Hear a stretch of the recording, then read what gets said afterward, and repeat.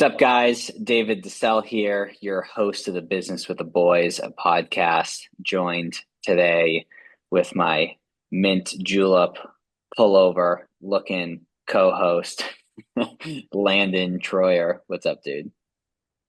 Nada. It's Friday. Good day. It is a Close some good day. deals. Yeah, it's been a good week. Been a busy week, but a good week. Nice, dude. Yeah. My mom just had a successful lumpectomy. So she's on the other side of her, thankfully, just stage one breast cancer. So scooped her Shout out, up. Mama. Love you. Yeah, Praying for you. Glad to we hear you're on the do. other side. We I scooped her up from the hospital. Then we had someone scoop us some ice cream, and she's like, "The last time I was under anesthesia was my wisdom teeth as a kid." And she's like, "Grammy, her mom, Grammy picked me up, and we went out to ice cream too." And I was like, "Nice, let's go get some ice cream." And then we binge Yeah, watched some Netflix afterwards, and just had ourselves a day. Ordered some pizza afterwards. So. dude, Uh, that's perfect. It's it good was little great. mom and son bonding time. So love that. It was good. But we just got off a great episode with one of your good friends that you met playing pickup basketball, Shane Ideus, and we had a good conversation. He's a good dude. He's a great dude. Great human. Great family. Just a good guy. Integrity like through the roof. He's just stand up all the way around for sure. He really is. And before we properly introduce him, just a quick thank you and shout out to the folks over at Landjet for helping keep this show going. And if you have not yet looked into Landjet, definitely do and reach out to Rachel at landjet.com. Let her know that you're a listener of the Business with the Boys podcast and enjoy 10% off their services. But they're basically ballin, bougie, modded out Sprinter vans. And if you're looking for an office on wheels or drive between meetings, have meetings inside the Sprinter van, concerts, sporting events, girls' nights out, guys' nights out, couples' nights out, and you want to be you want to be safe and ride in style, definitely check them out. But without further ado, Shane joined a company called Unico in 2009 as a risk consultant, where he delivered innovative solutions and mentored future sales advisors. In 2024, just last year, was promoted to president. He now oversees the company's financial performance, ensures organizational clarity, and spearhead strategic initiatives. And in addition, he provides essential guidance and leadership across key areas, including operations, sales, and marketing. We had a lot of good conversation in today's episode. Also, some parenting advice towards the end as a girl dad that he is, Landon is, and I soon will be. And I think this is an episode you'll all enjoy. So, with that said, let's dive right in. Who knew I would make it this far? They hated, they never believed me. Yeah, I would never drop the ball. I know I make it look easy. Yeah, Mayweather with the defense. I don't care what a critic got to say. I got them picking up the pieces. That mean you really playing with your life. I'm about to come and run it all back. Well, Shane, welcome to the show. Thanks. Appreciate you guys having me. You guys throw out some great content and highly successful two dudes. So I'm honored to be on your show. Appreciate that. We're trying our best, Shane. Trying our best. um, Before we dive in and get a sense of your background, I do want to apply some public pressure. So, in speaking with Landon, he made mention that you have the plot of land next to his house, and you plan to build a pickleball court, right? Oh, is that what he's telling you, huh? He's guaranteed me that, by the way. Well, I think isn't that in the HOA contract, Landon, where that lot has to have a pickleball court, or aren't you I, on I the feel HOA so you could have some I feel influence? like that should have been slipped in there if not for sure. We're working on it. We're working on it. The only issue that I My have with that is Shane's actually athletic enough. If he put his ass to work towards some pickleball, he might actually beat me. So I might regret that in the end. I was He just can gonna he can say hoop. I haven't really taken up pickleball yet, and I'm pretty competitive as Lando is, and so I'm sure that is in the near future. But right now, I would get boat raced because I know he's really good. Well, Well, what's the we're gonna get saying? you up to speed. Iron sharpens iron, so maybe you guys both get better as a result. Amen. All right. Well, I'm if you actually use this stoked. pickle, We just had 60 custom Phelps Wealth Plan paddles made that just came in today that I just saw right before I jumped on here for an event we're sponsoring. We're that's sponsoring the sick. professional portion of the tournament here, March 28th. All you guys listening out there, pickleball enthusiasts, get signed up for that tournament. It'll be hosted at Midwest Pickleball Club, and it's a brand new facility opening up this week. 16 courts. It's awesome. There's my shout out, Midwest Pickleball Club. There you go. Are you playing in it? Nope. How come? You talk a big game, Landon. Um, I've decided to hang up the tournament side of things just because it takes all day long to do. And I'm more of just get in, get out, bang it out for 2 hours with a competitive group that I want to play with and then move on. But I'll be there to watch. Lana, what Nice. was your highest rating? I'm sure you were a rated player. How high did you get? I mean, when we play tournaments, I'd play at the 4 or 5 plus division. So, I don't know. I haven't updated the duper score in a while, but it'd probably be, I think last time it was a 4.7, so it's probably approaching 5.0. Can you explain that to me? Because I have no idea what that means. It's like a tennis ranking, right? So like the guys that are like pros, they're playing at 6.0 and above. So you can play at 3.5, or it's just a way to kind of group everybody together so that way you're playing with like competition. Gotcha. Very nice. All right. Well, enough about pickleball. This is not a pickleball podcast. Uh, Shane, you and Landon have the pleasure of knowing each other from previous to you and I connecting on our intro call. I guess let's start off and get a sense of your background. You born and raised in Nebraska. Tell us a little bit about your backstory. Yeah, before I get into my backstory, it's kind of interesting how Lane and I met. We met playing pickup basketball, actually, and we're both competitive junkies. Hmm. Some may say a-holes, competitive a-holes, and that's how we met and took a liking to each other. And then, as two very connected dudes in the community, we just paths kept crossing, and we've become really good friends, and eventually we'll be neighbors. So it's quite the story. But it started on a basketball court, Dave. That's Um, funny. Yeah, he says friends because he was always the one getting to kick my ass because the guy shoots lights out, and I was the only one that had a chance at guarding him. So I don't know that I felt so friendly when he was putting it on me every week, but yeah, He's like, I really like this Landon guy. yeah, he's fat, slow, and unproductive. Yeah, so to answer that question though, just growing up, I'm a small town, rural Nebraska farm kid. Grew up in a community of about 130 people. My high school was one of the smallest high schools in the state, and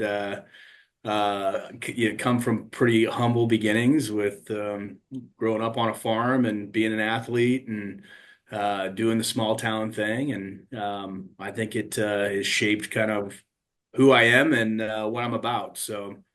Yeah, small town kid from rural Nebraska, Philly, Nebraska. Well, Shout out either Philly. either almost everyone we've had in the podcast is from the same small town, because everyone I feel like says small town Nebraska, grew up on the farm, 100 and some odd people, and it's like I'm noticing a theme. So it's either that or there's just a ton of small ass towns in Nebraska, It's or the at least there latter. was. Definitely the latter. Yep. That's funny. Are there like turf wars between these small towns? Oh It is kind yeah. of funny. In high school, you hate each other, and then you get to college and you all start partying together, and then you become good friends, right? So, yeah. Yeah, that's exactly right. We hate you. You hated your rivals, and that we hated them because we dated girls from other towns. You weren't going to date anybody from your town because chances were that you were related to him somehow because your town's so small. So to be Yep. careful there, you went to other towns. So that made, the dudes mad in those towns. So yeah, you didn't like each other growing up, and now a lot of those guys are my best friends. That's funny. What was your first job out of school? Outside of the farm, and is this post college or growing up? Well, growing up too, I'd be curious to know what you've done, when you were below the age of entering the workforce, so to speak, because I'm sure you started working young. Yeah, so obviously on the farm doing all those things, baling hay and working hogs and all of those types of things. But outside of it, there was a gentleman in Philly that had a kind of a roofing business on the side, and he hired, junior high and high school kids. And so we would do a roof, maybe 1 or 2 weekends a month. It was a weekend job. Usually we'd play Friday night football. We'd be all sore and we'd get on a roof the next day and we'd have our hammer and nails, and we did it the old fashioned way too. There wasn't any nail guns and stuff like that. So I would say my first labor experience outside of the farm was roofing houses, and then worked in construction one summer building machine sheds, that type of stuff. So mainly or all blue collar labor intensive type work until post college. Nice. And then what about after college? What was your first like legit job?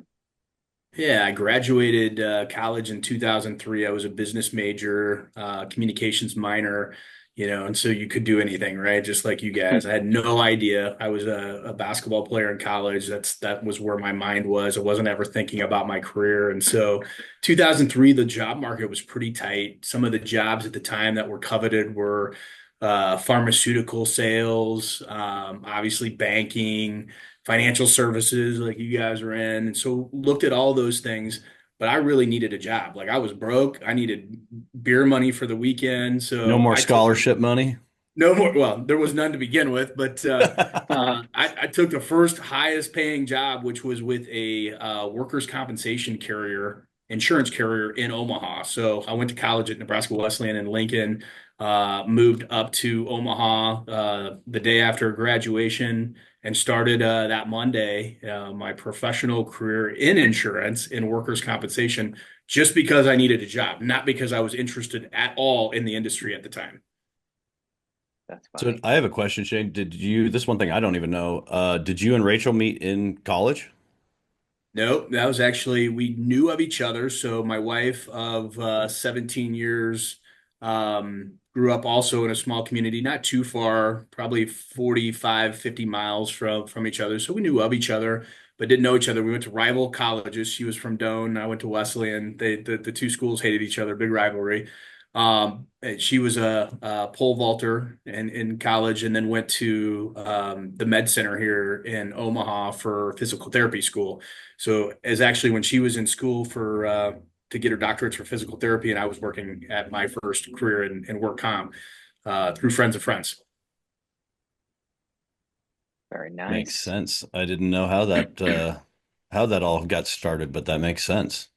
Yeah, we could go way more into that, land, and we'll have to do that at the lake Yeah, sometime. But after a couple dates, she tried to dump me, and smart. I put on the sales hat and saved it. I recovered from that, and here we are, 17 years later with three kiddos and Yeah, a great it's worked life. out. So It's worked yeah, out. that's when I knew I had a career in relationship building and sales and all that. Is that was probably my best sales performance was on my wife. Well, if you fold after the first objection, then Yeah, it's like, what are you gonna accomplish in life? You gotta see if you can talk your way get through some back into a adversity. good, yeah, get back to a good scenario. Perseverance, adversity, absolutely. You have to have them in what we do. That's funny. How long did you stay at that job, and kind of how did you progress to where you are today? What were some of those steps involved? Yeah, so it's a work comp carrier in Omaha here. Ended up getting bought by Berkshire, and it was a part of that portfolio for a long time.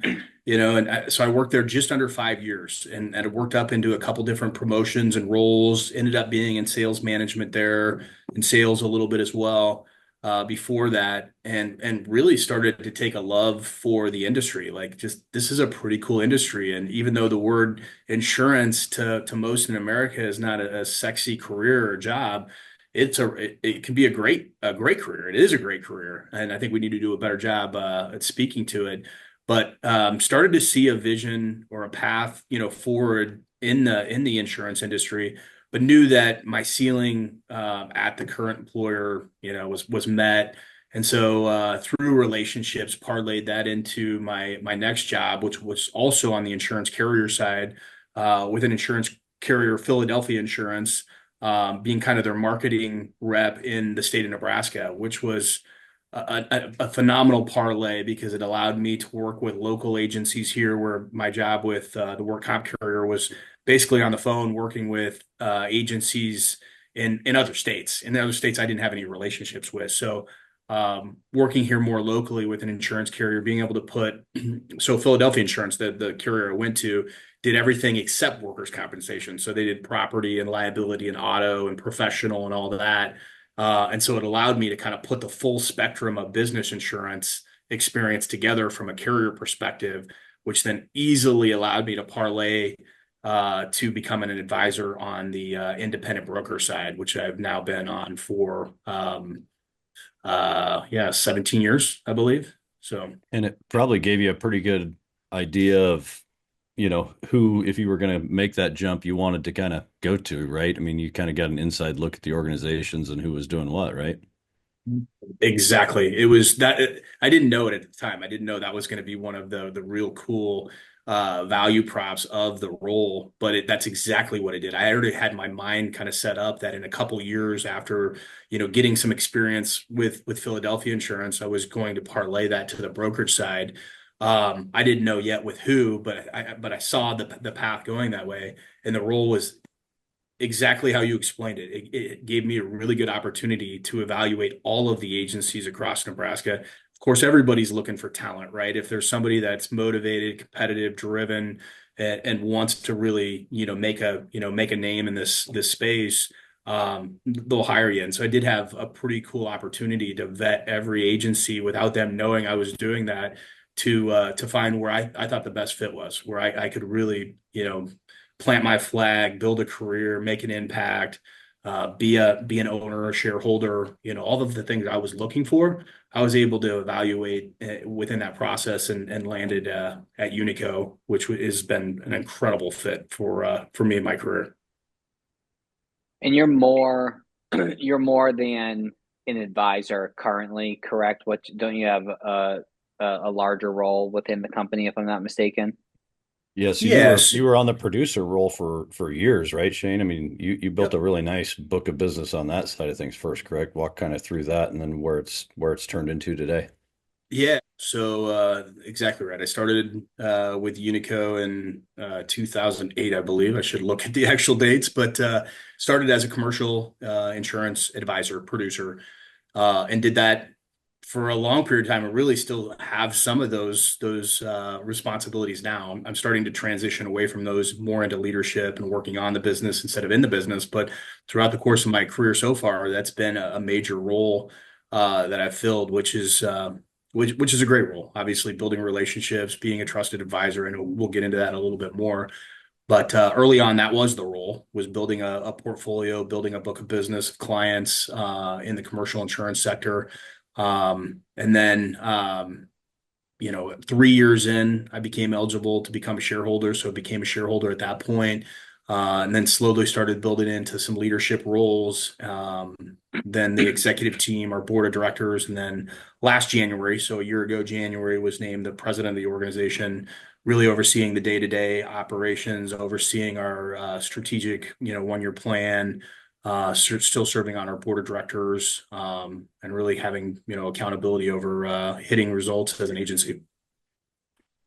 It's interesting unpacking the different because we've had a multitude of different types of people on this podcast, and it's interesting to see how many different paths there are to owning a piece of a business or owning a business where, sometimes people are starting something from scratch. Other times they're buying a business that's already in existence. Other times there's some sort of transition and succession. If I'm understanding it correctly, you progress through your career to a point to where you are eligible for shareholder status. So now you own a piece of the business. And what I found is, if I can remember through all the guests, like one of the most common threads between everyone is they knew how to sell some shit in some way, shape, or form from the beginning, to where they're able to drive revenue, which then further justifies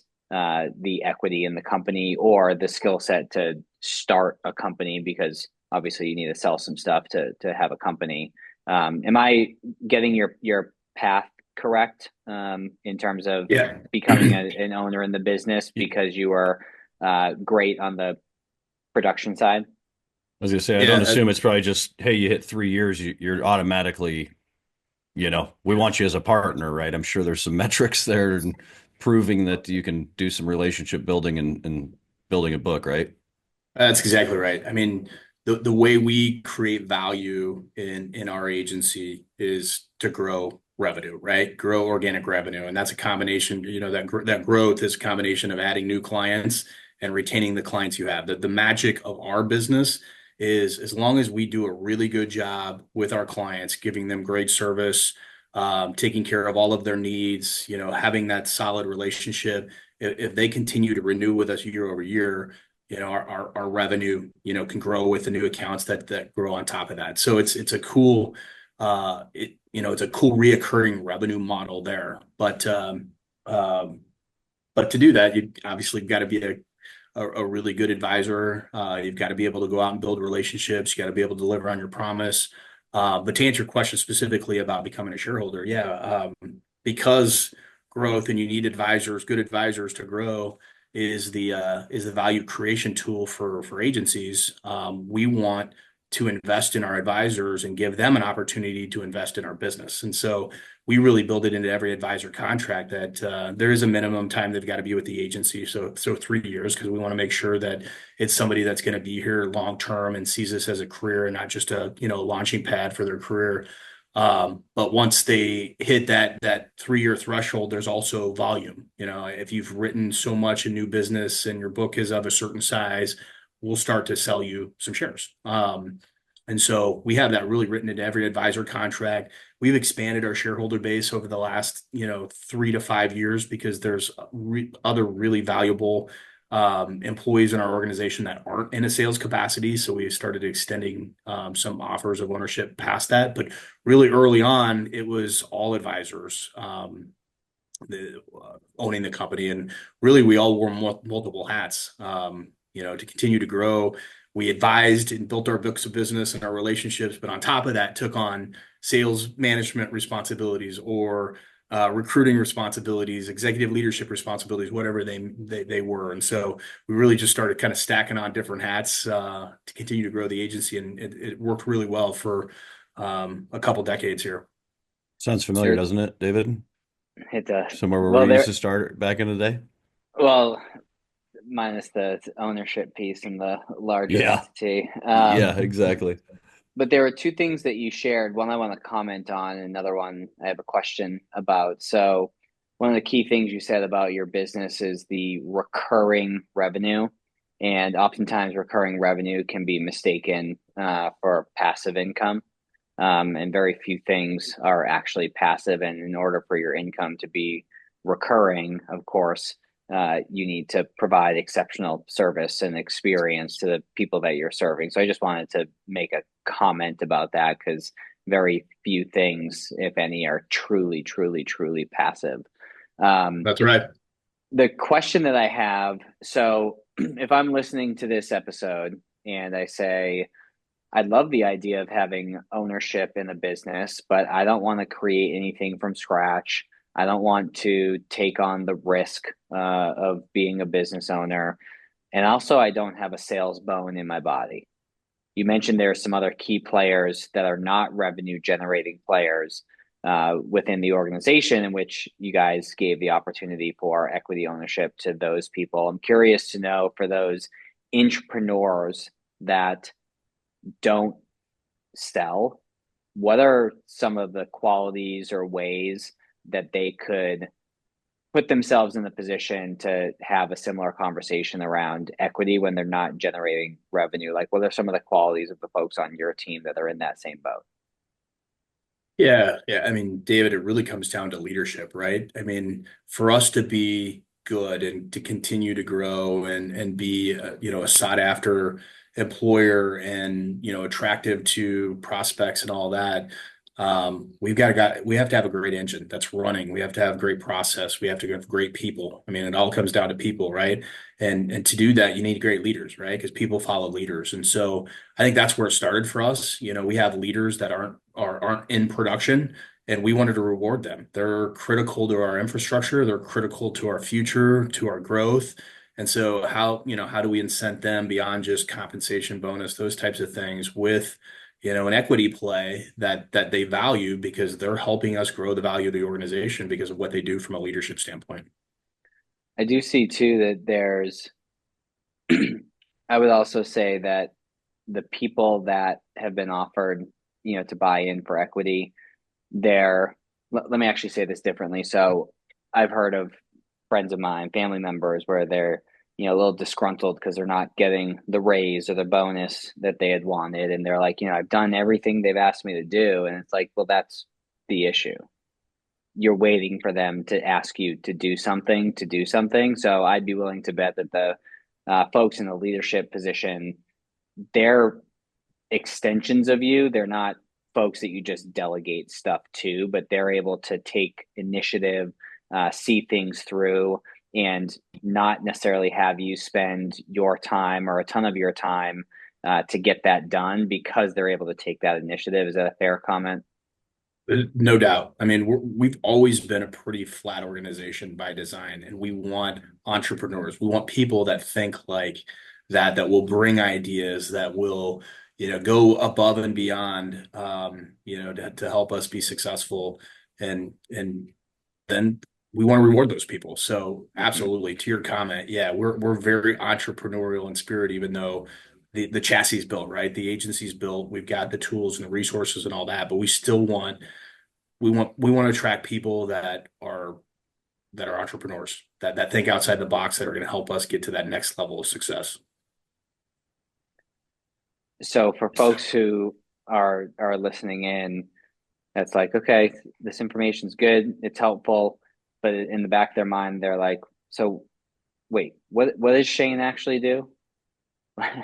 Yeah, we kind of glossed over that, didn't we?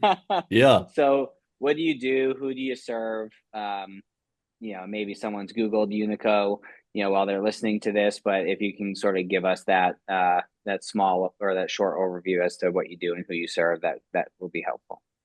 Yeah, absolutely. Would love to. So Unico Group was formed or founded in 1988. And at that point, it was a merger between two agencies, independent insurance agencies in Lincoln. So that's where our name and I guess we got our beginnings, but really the legacy goes back, 100 plus years. But that's what we are. We're a client-focused insurance brokerage.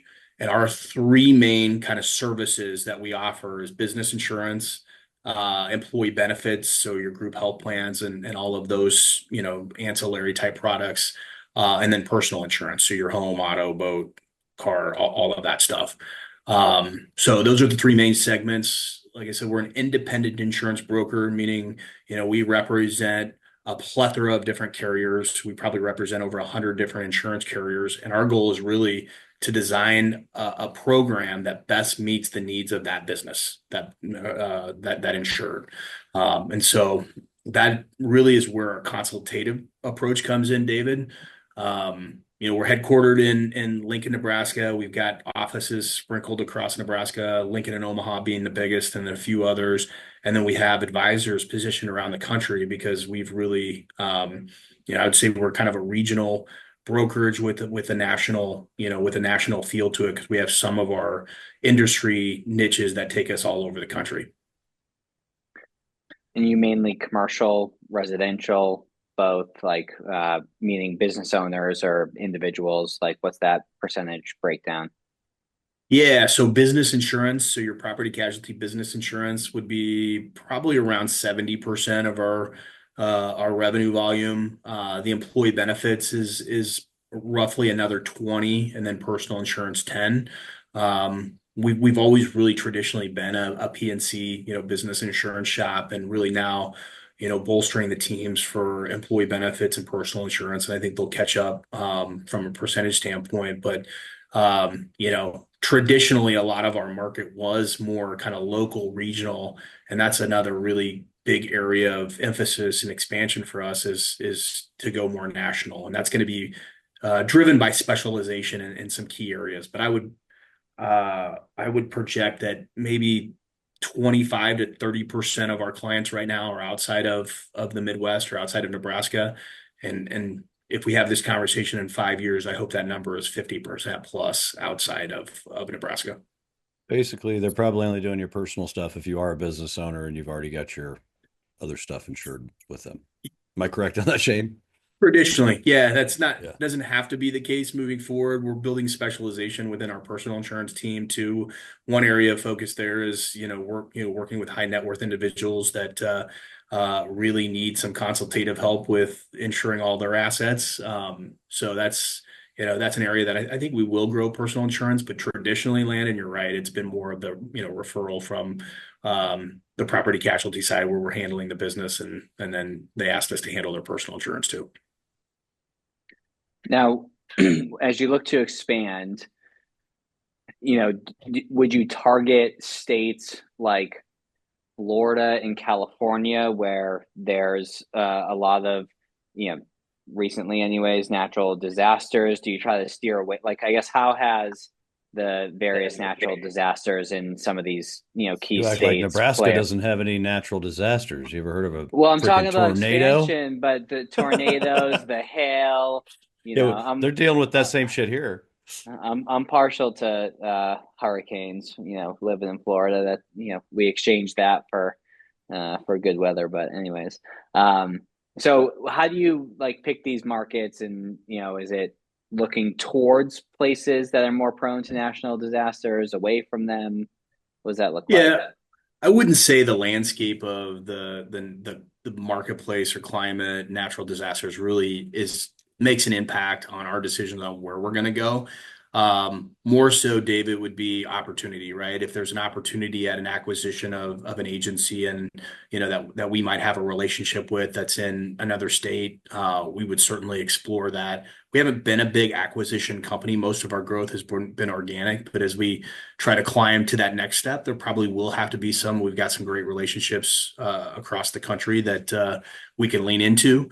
So I would say it's either acquisition focused, or, we talked earlier about, the value creation for agencies like us is having really good producers, having really good advisors. So it could be just, hunting for that right fit wherever they are. We'll build around them. So it doesn't matter on the state, but if they've got a great profile that they can build really, really deep relationships, if they've got enough business acumen to be able to help work with business owners on solving some of their complex problems, we'll build around them. So I would say it's opportunity, whether it be acquisition, recruiting talented people, and a lot of it's specialization too. So our property casualty advisors, David, we really want them to lean into some type of industry expertise. So could be, financial institutions, so working with banks, or it could be working with manufacturers or construction or telecommunications or whatever that may be. We want them to go, instead of going, an inch deep and a mile wide, we want them to go a mile deep, and get really, really hyper focused in that area, because we think the referral, becoming an expert, the referral game is so much easier because there is unique distinctions between insuring, a financial institution and and a landscaper or whatever. And so Right. getting really, really good in an industry, we think will escalate growth at a quicker pace. And so we would lean into that nationally as well. I would agree. Jack of all trade, master of none doesn't seem to work out. Hence why I like working with business owners. That's the old school. That's a couple decades ago, especially in Nebraska, right, Landon? You know this. We don't have a huge population. We know a lot of people. Our networks are deep, and so we would call them generalists. Like most of our agents back then were generalists, and it's, hey, if it's a contractor, or if it's a mom and pop shop on Main Street, or if it's a funeral home director or whatever, yeah, we'll do them all. And we still have homes to do them all, but now what we do is we partner. And so if somebody in my office has a construction expertise, and Landon brings us a referral in that space, and he calls me about it, I'm going to get that person involved because they are better. They know the marketplace better. They know the challenges from a risk standpoint better. They're going to know the other players in the industry a lot better, and it makes sense. So we either team sell, or we make sure we get it into the right person's hands that has the expertise in that area. How many advisors do you have now? Yeah, great question. Think we're around 40. I don't know the exact number, but 40. So we're a good sized independent insurance firm. We're top 100 in the country and overall size for brokerages. I think last year in business insurance, we were number 97. But when you really dissect that 100, there's 10 to 12 publicly traded brokers. So most of their growth is via merger and acquisition, as you guys would expect. Then there's been a huge movement with private equity capital coming into our space. Private equity loves the insurance business as they love financial institutions, low cost of capital. It's recession proof. It's pandemic proof. It continues, to put off good returns. And so I would say out of that top 100 now, there's probably another 50 to 60 that have some type of capital backing, whether it's majority private equity owned or minority. And so when you're looking at true homegrown, independent, owned by their people agencies, we're probably in the top 30, 35 nationally, which, being headquartered in a state that's got very low population and density, we're pretty proud of that. That's cool. We had on someone by the name of Kyle a handful of episodes ago, and he's an adjuster and helps people through natural disasters on the adjusting side. Now, when you have a Private brokerage, adjuster, which is unique. It is unique. Yeah, he's a private adjuster for the private individual. adjuster, yeah. So with you having a brokerage, right, it's not like you're, charging forward with any particular insurance company's flag, so to speak. So I wouldn't necessarily say that you're on the insurance company's team per se. But like, obviously, as you're mitigating risk through implementing risk management products, you're helping out the business owner in that way. Now, when they need to exercise their policy because something went wrong, what is your role in that scenario compared to like a private adjuster? Are they similar? Are they different? Do you pass it off to a private adjuster? Like, how does that work when someone like frankly needs you the most? Yes, there's a very solid question. And I think a differentiation point between agencies. So we represent the insurance carriers and we represent our clients to those carriers. So we're kind of in the middle, right? And so, we work with the insured on developing a program that best meets their needs. We implement that. We place that with the appropriate carrier. There's a policy, a promise, that's attached to that. And when that promise is needed, when they have that bad day, they have that property event, or they have an auto loss or whatever, it's really, the claims adjusters are employed by the insurance carriers. So we have a team, we have a claims team that helps with the intake and all that, gets it to the carriers, but it's the carrier's job to adjust that claim. So an independent adjuster, which sounds like Kyle was, we don't see a lot of those. They're becoming a little bit more prevalent, but that would be, the insured hiring an independent adjuster to really mediate with the insurance carrier adjuster is what that comes down to fight for a good result. Where I would say we fit in is we have claims advocates on our team. And when I say advocates, they are for our insureds advocating to get the best result possible. So what they'll do in that process is just make sure communication lines are open. That's that falls short sometimes when claims adjusters are overworked or have too many caseloads and stuff like that. So it's just staying on top of it and making sure the adjuster, the insured, whether it's, it's a work comp injury, there'd be an injured employee involved, or maybe it's a third party claim, keeping the third party involved, but keeping that line of communication open for, because smooth communication makes that process go so much smoother, speeds it up and all of that. So that's one of the key roles. The claims advocates are also, really helping do a deep dive on policy language to make sure that if there's any areas of the policy that we can invoke coverage, we are. So just kind of that complex claims, experience they're involved with to try to get our client the best result possible and make that a smooth day. Because that's everybody's worst day is when they have a claim, right? You buy insurance and you hate buying it, but you buy it because when you have that event, you want to make sure you get made whole. And you want that event to go as smoothly as possible, and sometimes it doesn't. And that's where we can try to help keep it on the rails. Another thing, or I might mention because it's becoming more and more prevalent, we hear cyber insurance, right? We hear all these ransomware events and malware and all of this crap, and they are painful for every insured to go through. I don't know if you guys have ever experienced that with your companies, but you have that event and you're held hostage and you can't access your network, and it really cripples you, it paralyzes your business.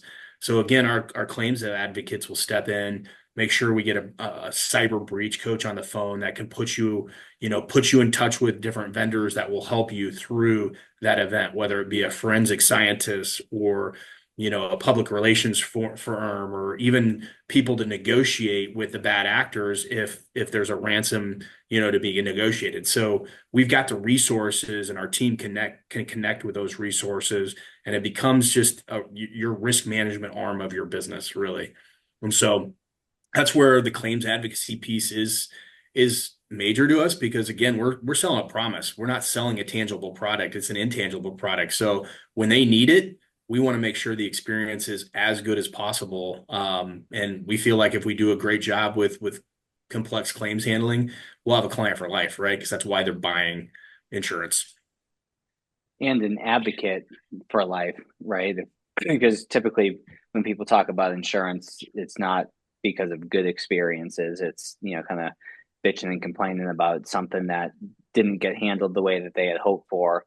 But a good experience with insurance, I feel like can be so rare, generally speaking, that when it does happen, in a positive way, like that's something they'll sing from the rooftops as well.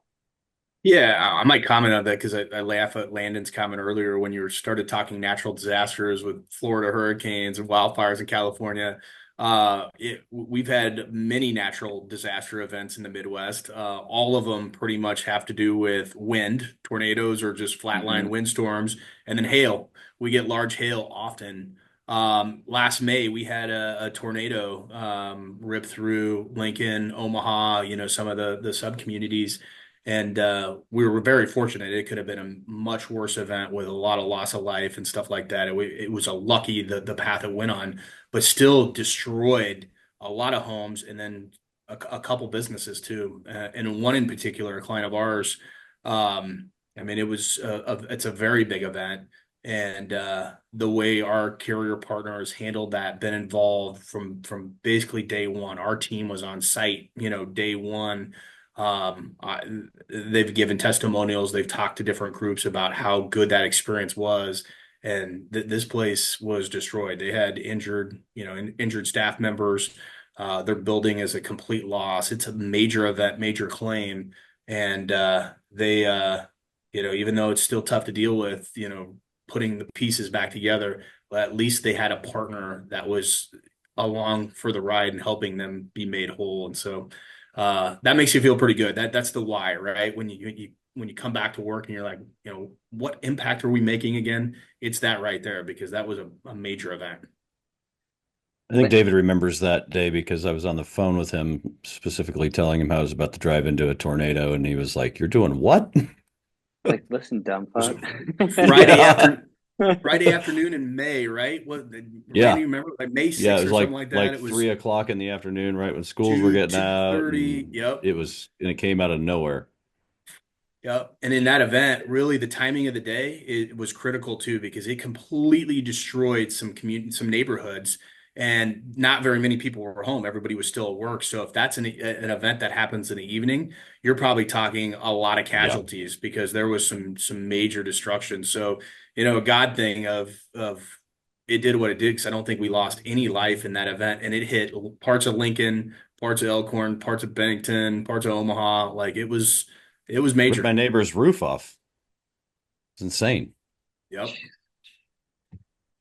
How do you, so you've mentioned a few times that you guys consider yourself advisors for these business owners. Um, Landon's an advisor. We also do consulting. Um, Marketers offer marketing consulting, which can be considered advisors. How are you yourself, and maybe even training the guys and gals on your team to be not just an advisor for business owners, but like the trusted advisor for business owners?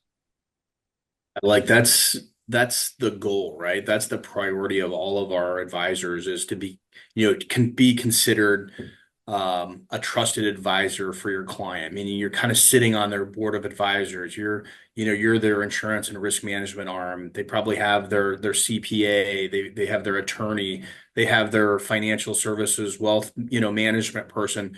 We want to be at that table. We want to be involved. We know we have a good client. We have a good relationship when they're calling us ahead of time and asking us, advice on, hey, we're looking to get into this market, or we're looking to change our business this way. What do you think? How would that impact us from an insurance risk management? Versus if we're just a vendor, they're telling us after it happened, they're saying, hey, we did this. What do we need to do? And that still happens from time to time. But our goal is to really have a seat at that table as, a trusted advisor on their mini board. And the way we do that, David, is it's not rocket science by any means. And this is probably going to resonate with the two of you in the industry you're in. But so many times we fall short in our industry, in insurance producers. And I'm not picking on any competitors. I'm not singling anybody out, but we'll take business insurance, for example. It's a policy that renews every year. So if you're a January 1 or 7/1, it just probably depends on when you start your business, but you have an annual renewable policy. And so many people in our industry, they're only focused on the renewal. So I sign up a new client. I write Landon's business, and he's a 3/1, March 1st renewal. And we put it to bed today. And, Landon doesn't hear from me for 9 months. In 9 months, my team calls him up and says, hey, get us your new information and we'll go out and get your new proposal and we'll bind it again. I mean, that's such transactional, reactive service. And it happens all of the time. And I'd be a fool to tell you that maybe it doesn't even happen in our own walls sometime, because we get busy, right? We get sidetracked. But that's not what we're trying to accomplish. We really want to be that 365-day risk consultant for you. And that means, yeah, that renewal is important, right? It's important to get the right coverage, put you in the right situation, but it doesn't end there. It can be so much more, from that claims advocacy piece that we talked about, loss control and safety, just making sure that we're providing resources for you to be the safest workplace that you can be. It's work comp analysis. It's just overall insurance guidance. It's multiple touch points. So our team is really intentional about putting a service plan in place and very, very, spelling it out with their clients on, hey, this is what you can expect. This is how many times we're going to get together. Here's the why. Here's what we're going to accomplish. Here's what we'll do. Here's what we're asking you to do. But we really want to help them manage that risk all year long and not make the renewal the only event of the year. And it happens far too often in our industry, and probably why we get a bad name sometime, or a bad rap, is because it is easy to get lazy, and you have the recurring revenue, and most clients do renew with you because it's hard to leave, right? When you get somewhere and you're comfortable, it's hard to leave. But we really want that experience to be all year long and not just a transactional event once a year around your renewal. I would say even, some of the things that Shane and I have been talking about, David, my thoughts on this, my goal for all of my business owner clients is I want to be the most trusted advisor, right? Like, they know I've got their back no matter what on whatever. Um, and I think it's being cognizant of what you do, but also what they may be lacking or missing, or even if they have it, right?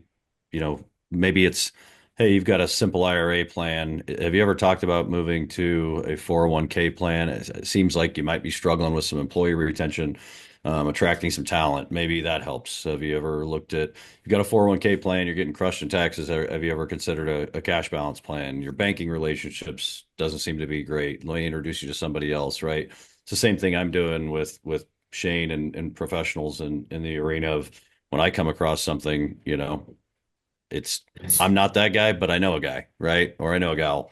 Um, Walk us through kind of how you guys are doing that, Shane. Yeah, I'll make a comment on that. Landon is phenomenal at that, and what I mean by saying at that is when he goes in, and he's a tremendous relationship guy, right? But when he goes in to meet with a potential client or even a client, you're so good at asking questions that aren't just related to what you specifically do or what you would really like to do for them. So if you're really good at 401ks or whatever it may be, too often as advisors we get tunnel vision, and our entire frame of reference is around what we think we're really good at. And so if I go into a prospective insured and I know they may have problems with work comp, and I only ask questions about workers' compensation, there's so much more there to unpack, right?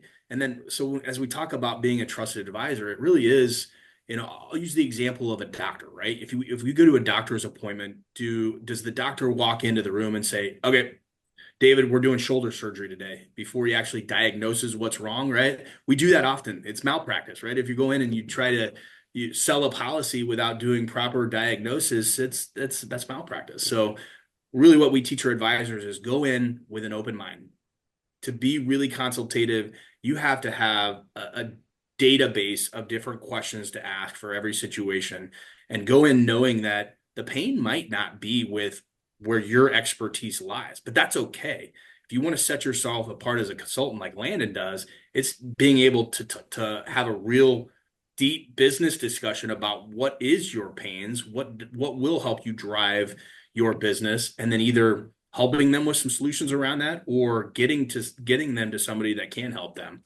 And so Landon, I appreciate that about your approach, and our best advisors in our walls do the same things, but I wouldn't say it's everybody, right? It's it's not natural to some. It definitely needs to be taught. We're trying to do a better job of that, but it's very natural to professionals like you and others, and that's why you've had such tremendous success, is because you're building that relationship, and becoming that trusted advisor, not just because of the value you're bringing them with the services you provide, but with your network and getting them in touch with other great professionals that really makes that a sticky situation, a sticky client.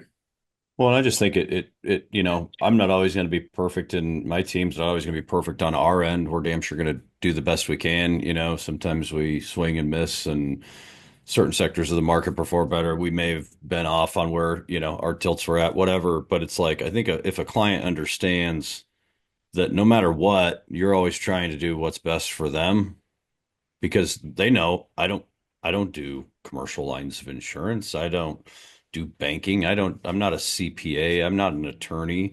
But when they know you're willing to bring those relationships to the table for them and say, hey, I think you need somebody in this space to look at this. I know a guy or gal that I think would be a great fit for you. And they know you're not getting paid on the deal. So there's no self-interest there. I mean, I like the fact that I make a lot of friends and, acquaintances a lot of money every year by sending them business, because the reason I send them business because, guys like you do your job well. And I'm not going to stake my reputation in somebody that I think is going to do a shitty job for a client. So, I think it goes a long ways for clients when they're in that seat saying, oh, yeah, my guy made the introduction to Shane and his team and they've been great. He doesn't necessarily get anything out of that other than the fact that he knows I needed some help there. And I think that really advances the relationship a long way. Well, it's amazing. Right on. Go ahead, Shane. Well, kind of coming from a different angle, it's crazy to me how many times, people in our profession, in any profession that is relationship building, providing services and stuff for clients, the bar is pretty low right now, meaning there's so many people that are pretty lazy out there and doing the minimum amount, needed to retain a client. The simple things like just being responsive, picking up the phone or calling back within a certain time frame or emailing, even if you don't have the answer, sending them a note saying, "Hey, I'm looking into this. I got your note. I'm looking into it. I'll get back to you." Little things like that, at least in our business, go a long way, and there's so many that fall short. So not only being that consultant that Landon's talking about, that master networker, but it's really about just some of the basic blocking and tackling. Just Just care. So I tell care. people all the Yeah. time, just give a Show up shit. every day, Yeah. work, grind, work, and just be responsive. I think you win a lot of business just doing that. I mean, it's that simple. 1000% agree.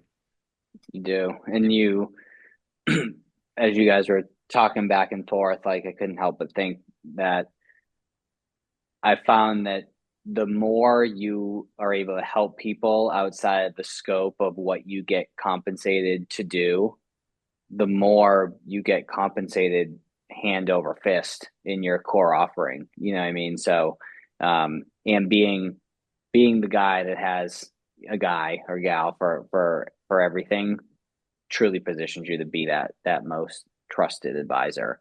Shane, I have Well, and a selfishly, I like, and I know you do as well, David, like I get my cup filled a little bit by making like if somebody likes me, they're damn sure gonna like Shane because he's a hell of a lot better human than I am. You know what I mean? So it's like I like making those natural connections to good people. And so I get a little shot of dopamine, when I connect two awesome people that I know would do great things together. So I do have a few questions as we wrap up here. One is uh, totally just self-interested in for me and my purposes. So I'm just going to ask it. So Shane, if I can see over your shoulder, I see some pictures there, which I assume are your kids. And is it two girls and a boy? Am I seeing they're kind of blurry? Yep, you got yep. it. Two Okay, boys and so or two girls and a boy, excuse me. I'm excitedly scared shitless. Found out that my wife is pregnant. Well, I knew she was pregnant, but found out that it's a baby girl. So I'm excitedly scared shitless. What advice do you have for future girl dad? Oh man, being a girl dad is such a joy. Landon knows this too. So mine are my boys, my oldest, he's 14, and then my girls are 12 and 8. And just watching little girls grow up is special. Challenging at times, right, Lando? You'd say that, Amen.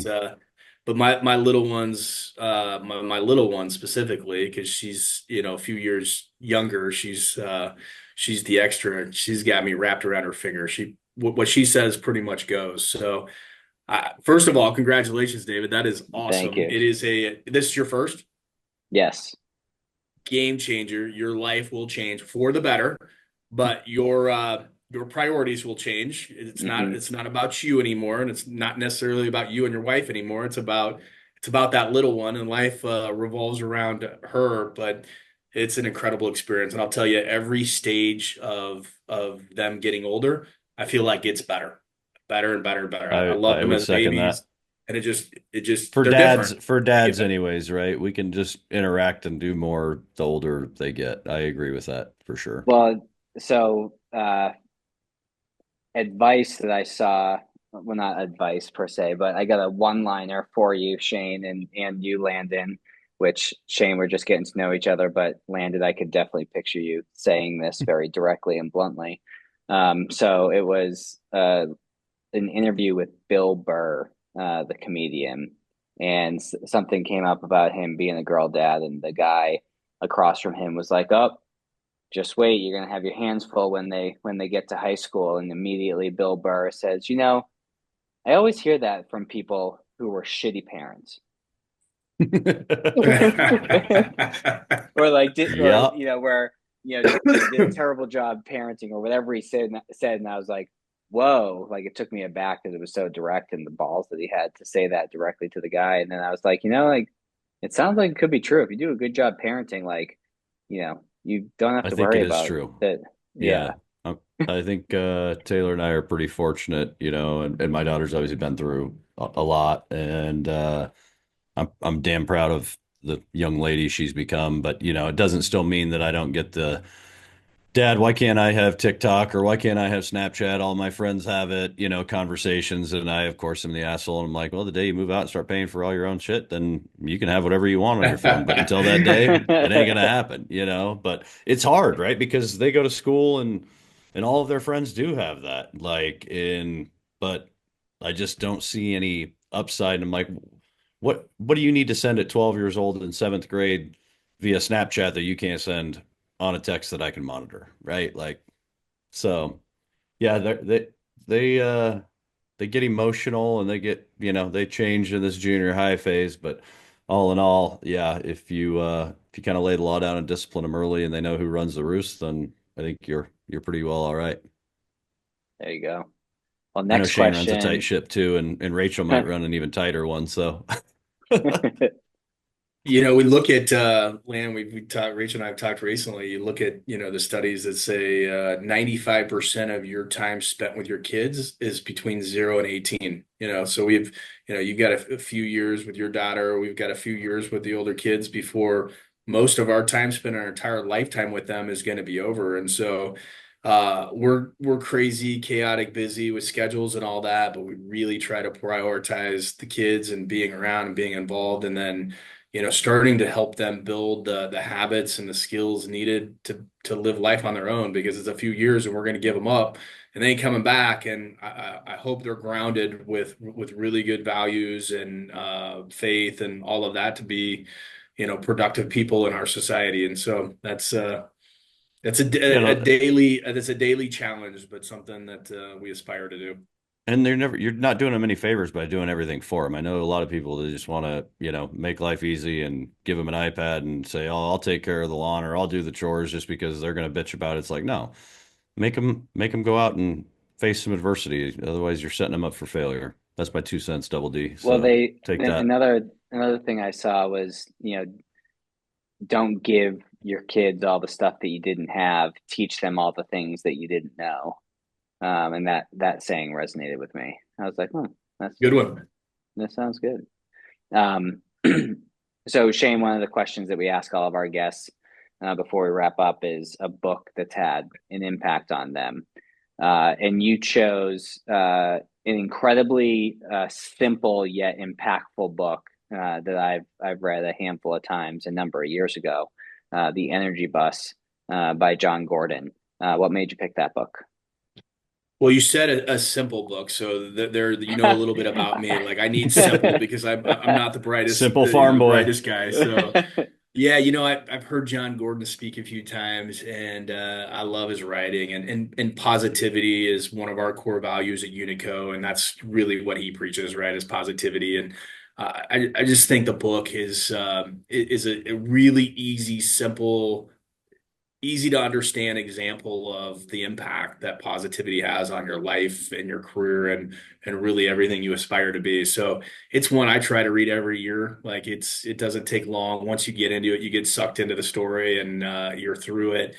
And I just think it's an incredible reminder on, you know, you have a choice, right? Every day you have a choice, and you can make the most of your situation, or you can complain and whine and feel sorry for yourself, and nobody cares, right? Nobody cares about your feelings about Hmm. yourself. And so choose to take the high road, be positive, talk to yourself, instead of being critical of yourself, give yourself a pep talk. And I just think, and I need that reminder, right? It's easy to go the other route, but the days that I do, I feel so much more productive and alive, and energetic. And so, yeah, that's You've probably needed to read that book a lot lately with renewals and everything going on in your world right now with the insurance world, right? That's oh, been tough.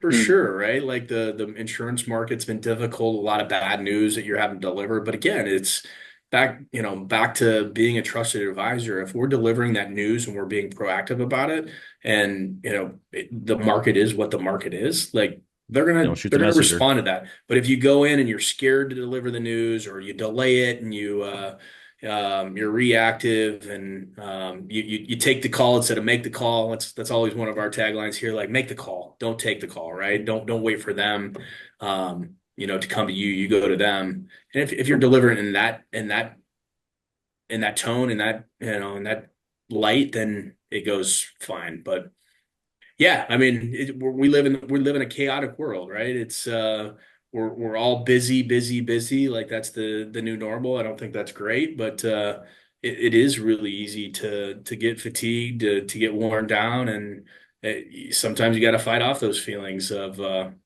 negativity or feeling sorry for yourself or whatever that is. But yeah, I love John Gordon. I'd recommend that his books to anybody. But The Energy Bus is my favorite John Gordon book. Yeah, it resonates with me too. It doesn't matter how you feel. It's like, all right, good. Do it anyway. I think that's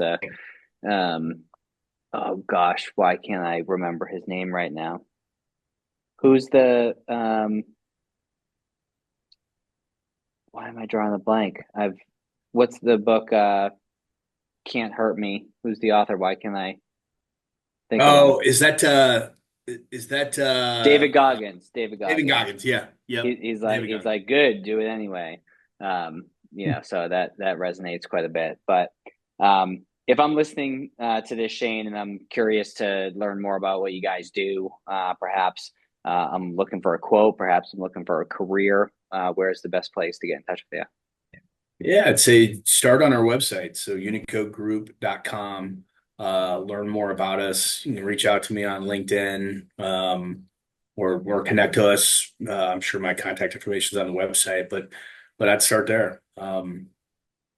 You could certainly find anybody these days. So our website, LinkedIn are a good place to start. Love it. Well, Shane, we appreciate you joining today, and looking forward to playing pickleball on your new pickleball court here shortly. I'm gonna be that little pest here and there that brings that up, manifest for Landon. And for everyone listening, appreciate your time and attention as well. But Shane, thanks so much for hanging out with us today. Hey, it's been a pleasure. You guys are super successful entrepreneurs. It's a pleasure of mine to join you guys today. Thanks for having me. Appreciate it, Shane. Take care. Whoa. Who knew I would make it this far? They hated, they never believed me.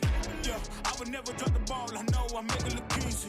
Yeah, Mayweather with the defense. I don't care what a critic got to say. I got them picking up the pieces.